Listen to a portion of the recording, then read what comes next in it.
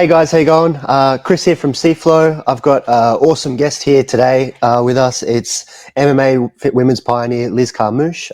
She's currently on an exercise bike doing her cardio, so we're very grateful for having her in here. So, how you going, Liz? I'm doing great, thank you. How are you? I'm very, very good. Very, very good. Like I said before, I just wanted to thank you for fitting this in. Obviously, you're in the middle of a fight camp and in the middle of a workout actually at the moment, and you've still managed to stick to the date and do it. So again, much appreciated, and I'm sure people will love to hear from you. Yeah, I look forward to it. No worries. So obviously you've got a fight coming up with Juliana Velasquez. That's someone you've already fought twice before. How has the prep been going? How are you feeling? In general, how are you feeling towards this fight? I feel good. This is a short notice fight in a lot of aspects, just in the sense that we really only had it confirmed a month ago. And then only 2 months I've heard to have a little bit more time. But I'm also really excited to be having an opportunity to premiere with a new organization and have a new weight division within that organization.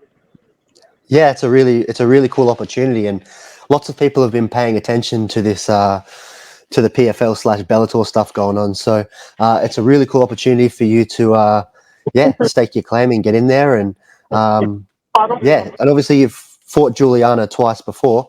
I know how those matchups went, but yeah, could you share with us how your previous encounters have gone with her? Yeah, so the first time I know that there was, on her part, she felt like there was a lot of controversy around the fight. And so a lot of controversy. She felt like it was an early stoppage and there was a biased stoppage. In my mind and many others, when you lay on the ground and you don't move and you don't try and defend yourself, that stoppage makes perfect sense. You're at risk. You're not doing anything to progress your safety. So the ref has to step in to make sure that you're safe, right? And that's always what they tell us backstage. If you can't keep yourself safe, I will have to step in and do it for you. So I felt like he made the right call. She didn't. Second one, after she threatened to sue Bellator, after she was trying to get the decision revoked and overturned, and had a lot of bad things and negative things to say about the fight and the experience, I came back out heated and went in for a stoppage and tried to take her arm home to prove a point that she definitely didn't deserve that fight and that belt, and that if you're a true champion, you do it with honor, and even in a loss, you just come back stronger. You don't act like a spoiled child, and that's how she behaves. So I went out there, did business, and made sure to silence her. She still feels like there's doubts going into everything. She feels like the first fight was a bad decision. She felt like the second one, I just took her off guard, but she was winning up until that point. So the third one, I've got to go out and do something absolutely devastating to make sure to silence her forever. Yeah, you've got to kind of I personally, I would have thought the first one and the second one were pretty emphatic, but there you go. So a new challenge, a cool opportunity, and there's a bit of sauce behind this one, it sounds like. So that's really exciting. Yeah, absolutely. I'm gonna go out there and make some strong points. Yeah. And if people want to watch that, where can they catch that? That is on the 4th of April. It's right, 4th of April, right? Your next fight? That's correct. Yes. So it's going to be on the 4th of April. I believe it's going to be on ESPN as well as AXS.com. And then I think that so PFL is my first time fighting for them. So I'm still learning how to watch and how to tune in. But I believe right now ESPN is the easy way for people to be able to figure out what's going on. Yeah, that'll be super simple for people. Everyone knows what ESPN is. So 4th of April, they can catch you and Juliana squaring off for a third time. How has the prep been? I know you've mentioned that it's been short notice. You've kind of jumped in at the opportunity as it's presented itself. But were you in good shape at the time? Did you have to get into shape? You seem like someone who's constantly busy and stays constantly ready. You've been in the game for a long, long time and stayed relevant for a long, long time. So, how has the camp been? How's it all feeling? The camp's been good. Yeah, usually I do stay in shape. I did stem cells, and that required that I take a minimum of 3 months off. So I was trying to do everything necessary to heal and get just my body as healthy as possible. When I heard the rumors we might get bought off by PFL, I wanted to make sure that I could perform the best I would for the organization and be able to put on a good show. Getting that short notice, I was like, all right, I guess I got to get in shape. I'm not used to that. I'm always in shape, and it's just a matter of refining and getting better, not as opposed to getting in shape. So it's definitely different for me, but it's been a good, healthy camp. I've had great training partners, coaches that have bended in any way that I needed to be able to help me, and training partners that come out of the works just to help me. So it's been a great camp. That's awesome. It's obviously fighting is it's a full-on endeavor. So at least if your training camp can be smooth, hopefully that can be a good tone setter for the fight coming up.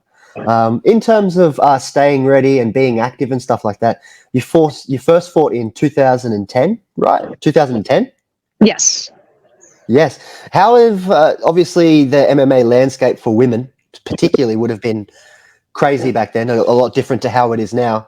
How have you found one, staying fit, staying in shape, two, being able to compete with all these younger people coming through, all these younger athletes, and three, again, like being from starting as a pioneer to still now being relevant on big shows, having big fights. How has the landscape changed in MMA? And two, is there anything you've done specifically to stay in it, or has it just been grit, hard work, and just putting your head down and, like I said, just working your ass off, I guess? Yeah, so definitely the atmosphere has completely changed for MMA across the board, but particularly for women's MMA. When I started off, the opportunities for women, they weren't there. Even if you got to the biggest show, you had a full-time job, and really MMA was more of a hobby than anything. It wasn't, you weren't going to make it big, and that wasn't going to do anything for your life. Might give you a little bit of fame, but probably even that wouldn't even come. And if that's what you're seeking, there's certainly people that they want the fame. Even the skill set, the women weren't that skilled because there wasn't a lot of opportunity. Some gyms still rejected women training with them. And if you did, you're training with people that are grossly above your weight class and you're just having to deal with it. So as time has progressed, it's been amazing to see how many more weight classes have been included into all the different organizations, all the divisions that have been offered, to see more and more women in the gym, and then to see that they've been training now since they were kids. Like now you have kids that are 4, by the time that they turn 18, they've been doing it just as long as I have. And that's amazing. So different that's offered. Yeah, and you have a big role in that, obviously, by kicking it off. There has to be someone, or at least two ladies, and a lot of people will reference you and Rhonda, that have to get it going. Do you know what I mean? Because otherwise, who knows if that fight never happens, if you never go hard into the MMA and stuff like that, maybe there aren't these opportunities for the women that are out there now. So a lot of them have the pioneers like yourself to thank for there even being a women's MMA. And I speak to a lot of people now who watch the UFC and watch MMA in general, and people are just as hyped for women's fights now. And sometimes, most of the time, generally, even more so, because there's just so much action. The weight classes are exciting.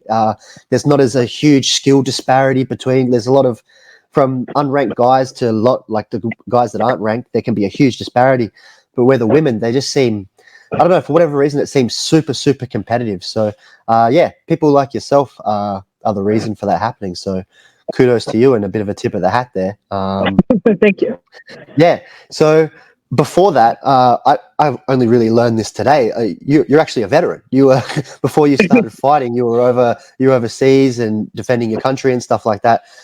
Did any of that stuff make the MMA journey easier for you? Because obviously you don't get to do that without having grit and being able to work hard. And even as a woman, you're a bit of an outlier for the times doing that. Did that make it easier? Did it make it harder? Yeah, I think it's kind of a combination of the two. In some ways, it made it easier because I knew how to overcome adversity. I knew how to work with the most minimal of things and still find success. I knew how to adhere to a disciplined schedule and to work with a stronger work ethic than everybody else around me. And that all came at the hands of the military. But at the same time, I started right before my 26th birthday because I did serve in the Marine Corps. So that was one of the older people just beginning to learn, while everybody else in my age was deep into their professional career. So a little bit of a disadvantage, but also I got in there and I didn't mess around.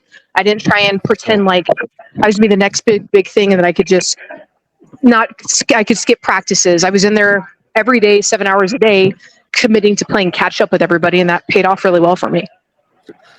Yeah, that's awesome. And you need to kind of have that mentality, especially if you're starting late. It kind of just plays into like how awesome all this is, really. You know what I mean? Like the military, the fighting for so long, the doing it when there were no resources or training partners and all that type of stuff.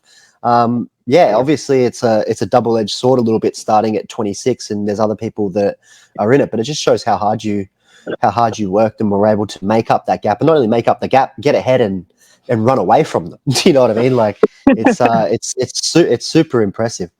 Yeah, and I think it would serve very well for a lot of women listening this, about their own limitations and what they think is possible, or the type of boxes they get put in, like this is for you and this is for women and this isn't, and whatnot. Hearing this type of stuff would be super liberating for people. So I'm awesome that it's awesome that you're sharing it, and hopefully some people, men and women, can find some value in it. I'm sure they will. Yeah, I certainly hope so, because I'm no one special. I mean, the only thing that I have is just I'm stubborn, and I'm willing to continue on and just focus on the goal ahead and do anything it takes to get there. But it wasn't like I was a super skilled athlete. I didn't have years of any martial arts experience to benefit and help me. I was just hard-headed and willing to work hard to get ahead. Yeah, and that's a great lesson for people, not just in martial arts, but in your career and your relationships and in lots of things. So yeah, I don't really want to take up. Well, I would love to take up more of your time, but as I said earlier, you're extremely busy. You've already crammed this into a schedule that's super jam packed for you. So I just want to say thank you for the chat. It's been awesome. Like I said, you're a pioneer of the game, and it'll be awesome for people to watch you continue to fight. So yeah, all the best for the 4th of April. We'll be watching, and if people want to watch it, they can catch it on ESPN. Yeah, so all the best, Liz. Thanks for coming on. And yeah, I'm sure I'll touch base with you after the fight, and maybe we can have a chat and about how the fight played out and stuff like that. That'll be awesome. Yeah, definitely after the fight, I'd love to be able to and sit down, and we can definitely make a much longer talk and get to know each other better and see more things I can offer for everybody. You're awesome. Thank you so much, Liz. You have a great day. You too. Take care. Bye.